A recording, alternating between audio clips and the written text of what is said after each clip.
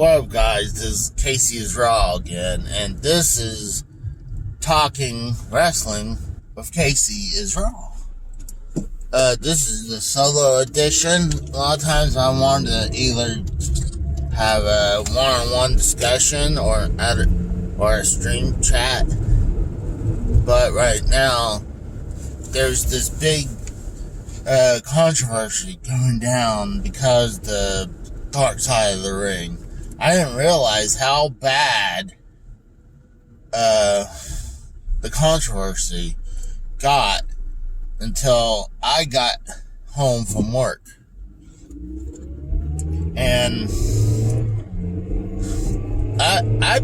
like I said during the video game hunt, I was pretty sure the reason why Ric Flair was released from WWE is because WWE knew about Dark Side of the Ring doing the plane ride from hell, and they knew how bad it's going to look on Ric Flair's side, and Ric Flair wasn't being used that much, except that whole angle with his daughter and, oh gosh, who else was here with, trying to think who supposedly got, no, Ric Flair got pregnant. I'm trying to remember, but, oh god, that American Dixie kind of woman, god, I can't really think of her name right now, but her got, that was the last, role that Flair did. So I was like, alright, I see why Ric Flair got released now. But to me, I was like, like I said about Ric Flair, is like he could probably actually make more money outside WWE, outside that WWE Legend contract. Like I said, that he could have do all these other shows and not be signed, do one-offs, or eventually, settle as someone's manager in AEW. But, he could still make money on the independents once this stuff blows over, but it's gonna take a little bit. Because, look what happened to Hogan. It took him like 3-4 years before, maybe 5 years, to get over the whole thing that happened like 8 years prior, about the whole him going on a racist tirade with when he was having sex with Bubba the Love Sponge's ex-wife, or wife at the time, I'm not exactly sure. But it took them forever to get over that, and not only that, they had some kind of Hulk Hogan apology tour behind the scenes. But I don't think it's going to need last long as that. Maybe he'll be not heard from for like 6 months. To a year. That's my prediction. Before all this blows over. I mean, people knew about how bad it got. I mean, there was a lawsuit between one of those flight attendants and Ric Flair in the WWE. So,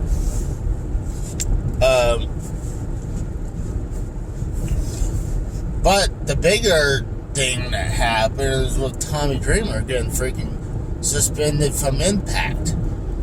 I'm going to have to side with Joe Cronin on this one. I feel like Tommy didn't know about Ric Flair forcibly put that woman's hand on his penis. But I still think there should have been but at that time, even 20 years ago, that's still, even if he didn't know that sexual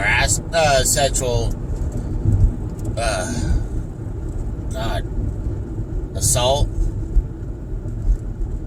at least it was sexual harassment when he's going down the freaking aisleway, showing off his dick, and then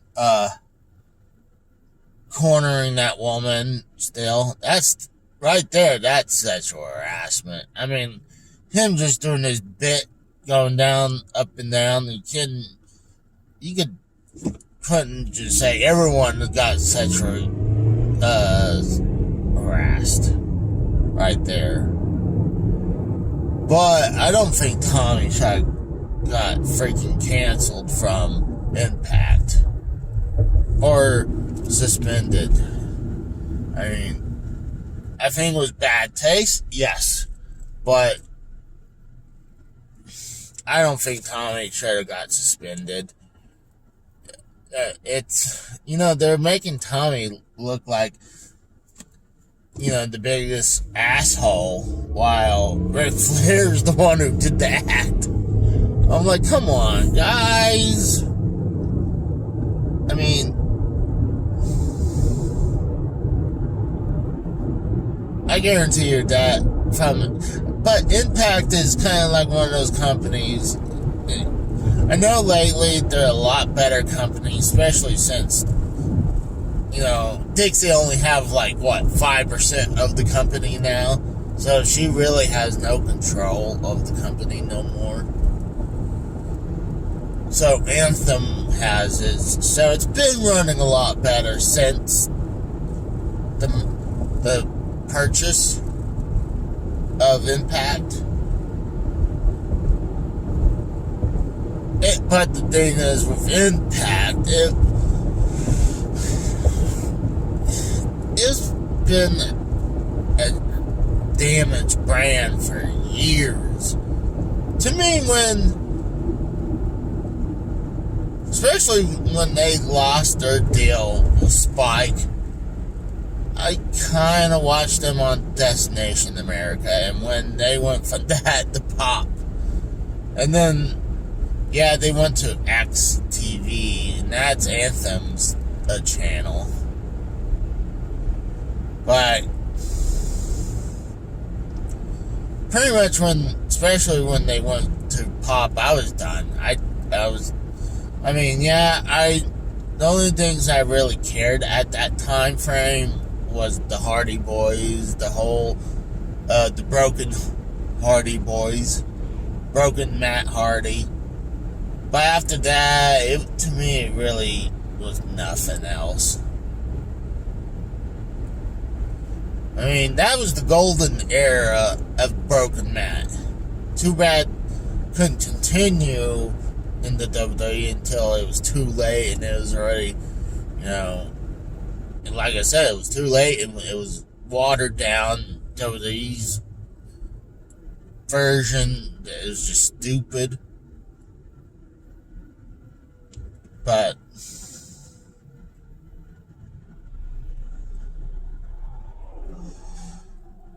yeah, Tommy should never got suspended. I wonder if Tommy even talked to Impact about that, or he didn't think. Here's another point. If I knew something bad that was coming, that maybe I said some stuff that was in bad taste, I probably would tell my companies, hey, I might have said some bad stuff, or stuff in bad taste. I want you guys to know straight up, so, you won't be, caught, with your pants down. So, I think Impact overreacted on Tommy. But I don't even know if Tommy still has his House of Hardcore anymore. I know he's heavily into Impact. But,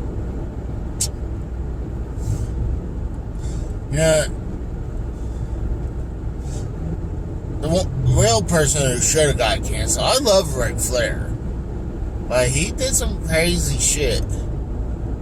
during his lifetime that WWE, kind of swept under the rug. But Ric Flair is far from the first and far from the last. I mean, dude, look what they did with Jimmy Snuka.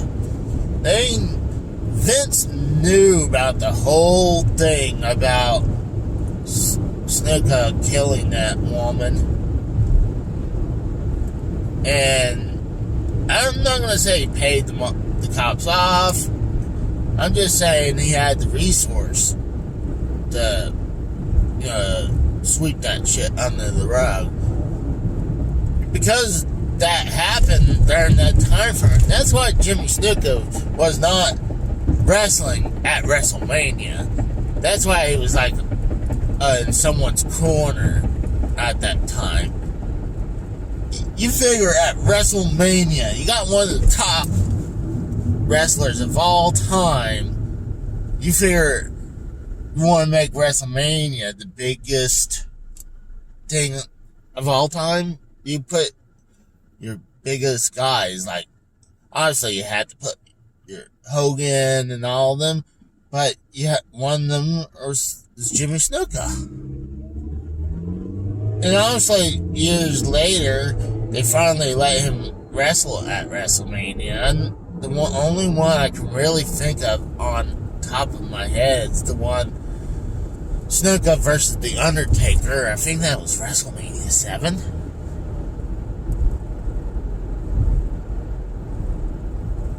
But,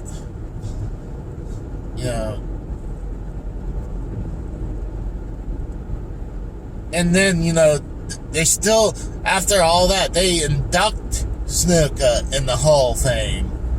After knowing all about that, they're like, oh, you know what, we sweeped it on the rug so good that we'll go ahead and put him in the Hall of Fame.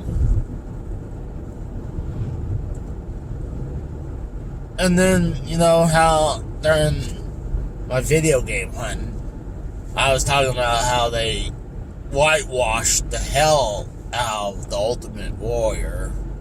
I mean, I didn't really realize when I was younger how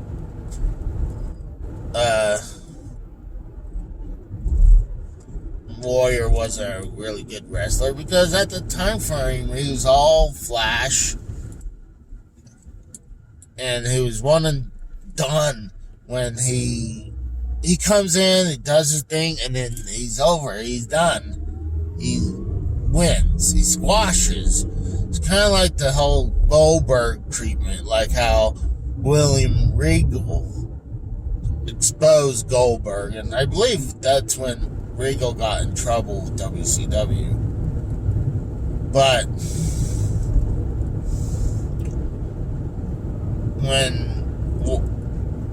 Warrior, they kept on bringing Warrior after all the BS he did.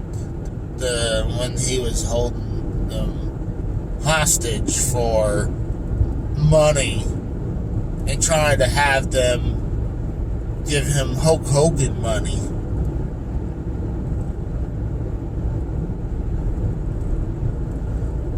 At least, the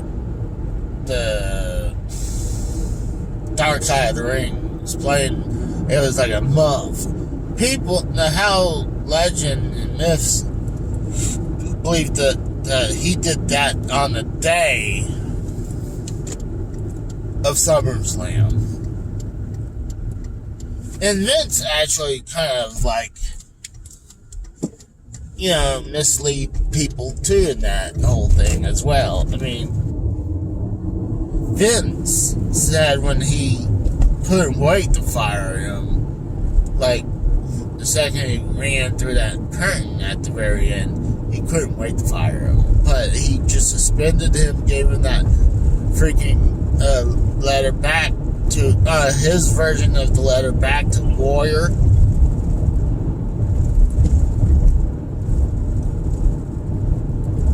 But with Warrior being whitewashed, they had to sweep the whole thing under the with him talking about racist stuff and being homophobic. But I'm gonna let you guys go. I'll talk to you later. Bye.